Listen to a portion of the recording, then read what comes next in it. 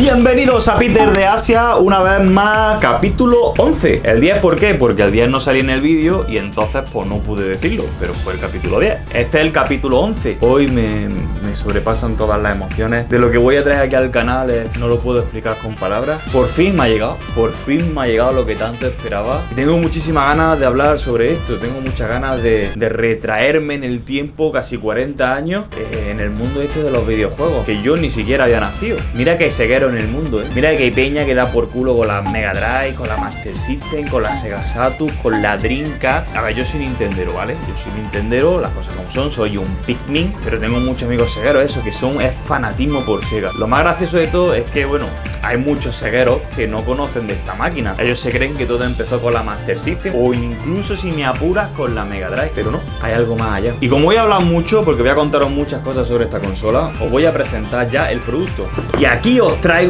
una caja de cartón. ¿Qué? Pensaba que te iba a enseñar la caja ya de la máquina, ¿no? Pues no, hoy te la vas a comer así, porque la vamos a abrir de cero. Recién llegadita de Japón y la abro para ti.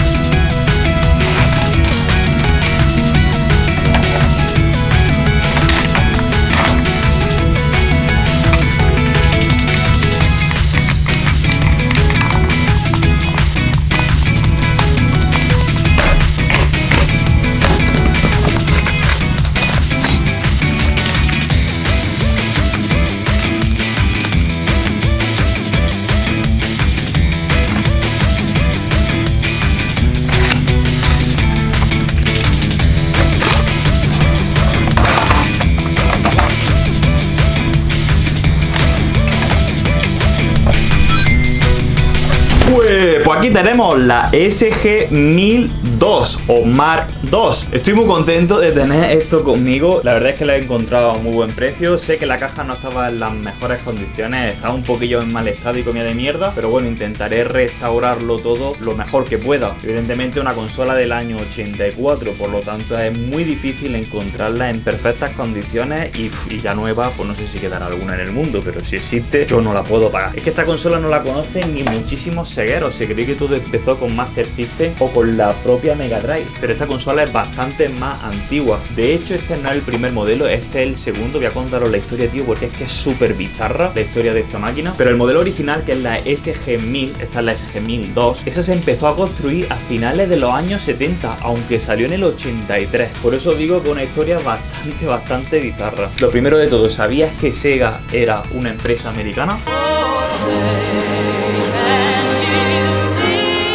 A que te acaba de estallar el cerebro, te acaba de hacer un catacroc que no puedes comer. Pues sí, amigos míos, Sega era una empresa completamente americana. La historia es fascinante, son dos americanos que llegan a tierra nipona, uno llega sobre los años 40 y otro llega sobre los años 50, ¿vale? Entonces estos dos pues se encuentran y en los años 60 forma pues lo que era Sega, la primera Sega Service Game. Lo que esta máquina pretendía en realidad era ser un PC de juegos, es decir, un PC como la Amiga y consolas de aquella época, como también la Spectrum, que llevaban su teclado y eran medio ordenadores, medio consolas, algunas de ellas bastante aparatosas. Entonces, ¿qué pasó? Pues eso, que era una máquina de a finales de los años 70, aunque no se lanzó. Hubo muchos problemas a nivel interno que al final no salió la máquina. Cuando vieron que Nintendo iba a sacar la Famicom, que era una consola compacta, muy sencilla, abaratando muchísimo las piezas y todo eso, pues ellos hicieron lo mismo, pero la primera SG-1000, que está hecha por todavía este grupo americano que llevaba Sega, aunque los ingenieros y todo eran japoneses, pues hicieron la SG-1000, que era más o menos un Frankenstein de todas las piezas que habían hecho de aquel PC gaming que querían hacer a finales del año 70, y salió la SG-1000. Y además tuvieron muy mala suerte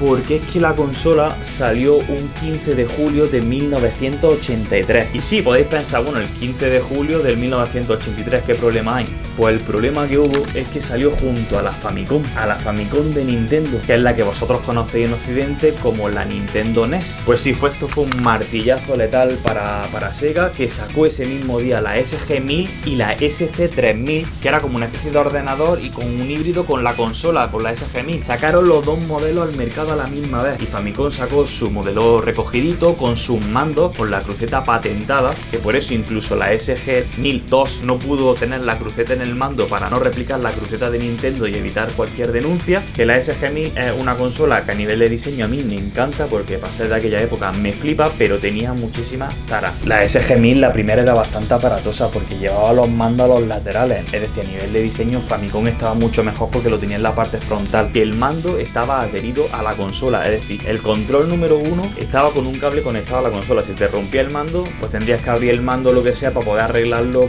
de la mejor manera posible. Y luego verdad que tenía otro puerto a la derecha para ponerle un segundo control. Además tenía los pines del mando como la Mega Drive y la Master System, que te vuela la cabeza, que sí. Y encima salió la Famicom ese año, ese día, ese mes, con el Donkey Kong, que es que lo estaba petando en los arcades. Ese juego lo estaba petando máximo, más las prácticas mafiosas del señor Yamauchi diciéndole a todos los distribuidores y todas las tiendas que si vendían otra máquina que no fuera la suya no le dejaban que vendieran sus productos. Pues todo se mezcló y Sega no pudo sobrevivir, además de que la Sega era una consola de finales de los años 70 y se parecía mucho más en gráficos a lo que era un Atari 2600 o algo así, entonces estaba ya obsoleta. Famicom era bastante más potente y además era un concepto de consola mucho más inteligente. Total, Nintendo sube, la SG-1000 vendió 160.000 unidades, que no está nada mal, pero bueno, en comparación con Nintendo, Famicom se vendió como churro. Que Gulf and Western, que era la empresa americana que llevaba a Sega por el entonces, después de que no le estaba yendo en ese momento muy bien con la arcade,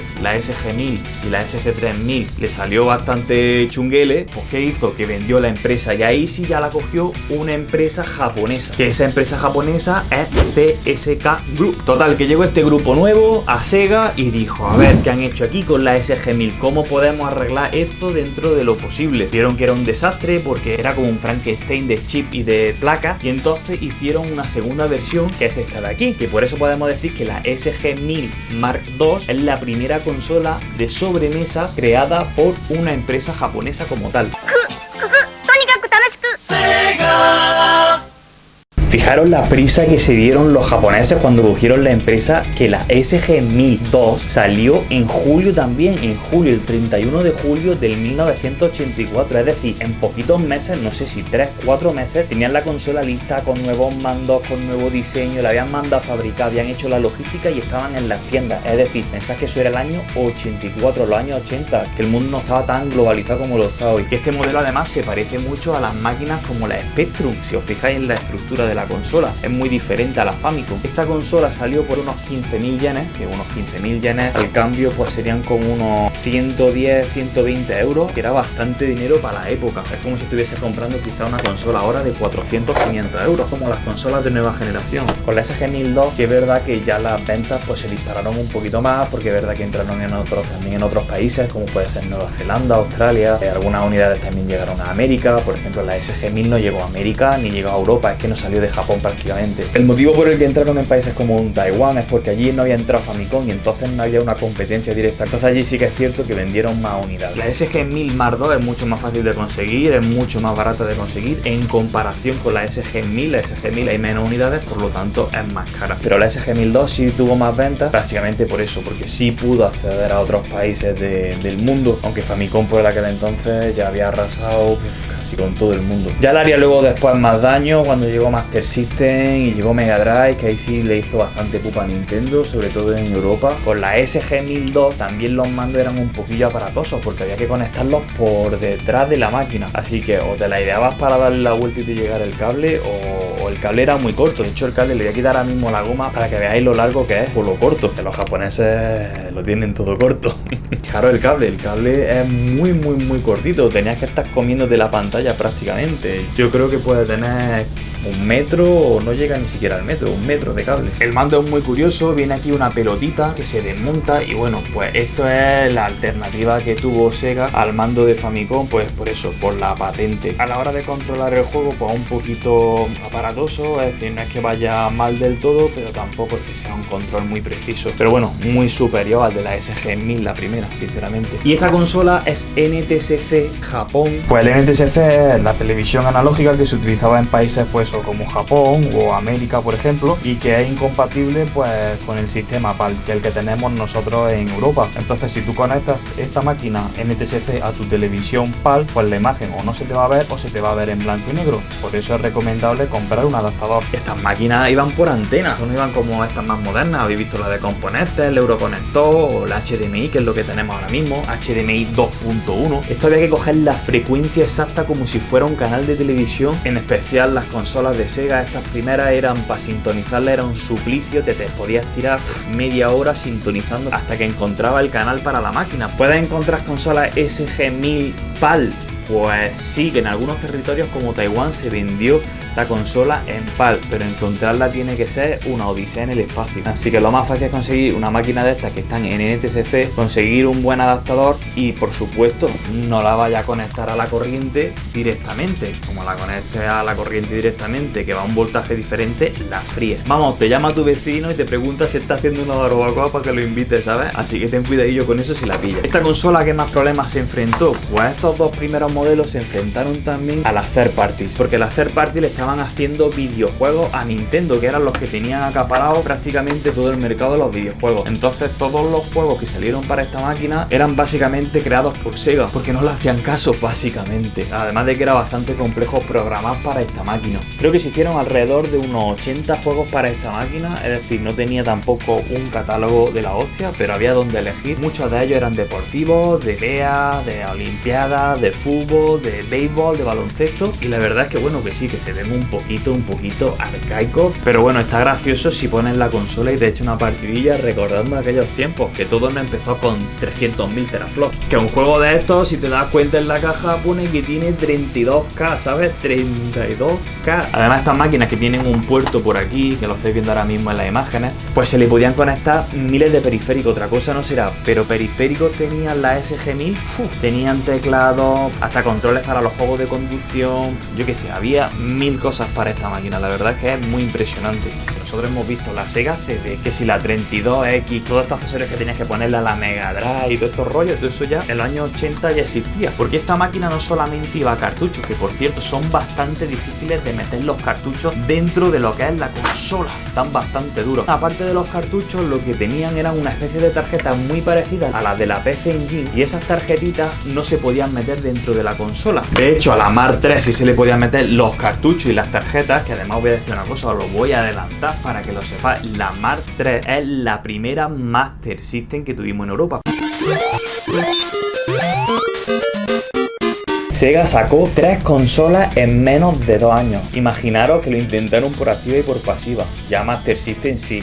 Master System o la Mark III, ya esa tenía más potencia, era una consola mucho más potente, pero ya os contaré la historia de esa máquina en otro capítulo. Pues eso, como también había tarjetas y esto iba a cartucho, pues hicieron un adaptador para metérselo aquí y meter la tarjetita dentro de ese cartucho Transformer que hicieron para poder meterle las tarjetas a la consola. Luego, centrándome un poquillo más en el diseño, sobre todo en el de la SG-1002, que me flipa, fijaros el tema este de las letras puesto en el frontal de la consola, ese tipo de branding es el que se está aplicando a día de hoy. Así que fijaros, si Sega estaba adelantada a la época, si tú ves la Famicom, pues sí se le ve que es muy retro, pero tú ves este diseño y este diseño, a pesar de ser antiguo, le da un rollo diferente. De hecho, me parece mucho más bonita la SG-1000 y la SG-1002 que la Famicom, sinceramente. Luego ya las consolas más modernas de Nintendo pues fueron mejorando, pero la primera, si te soy muy sincero, aunque me gusta la Famicom porque tiene su encanto, este diseño, no sé, me recuerda como a Regreso al Futuro, ¿no? Que querían ver lo que iba a pasar dentro de 30 años. Para mí eso es Sega. Y ya veis que aquí el logo de Sega ya existía, y existe de hace ya mucho antes. Por eso yo digo que a nivel de diseño siempre han sido unos pioneros. Del respecto al branding también hablamos de las instrucciones. Las instrucciones son muy chulas. Veis que tiene unos dibujos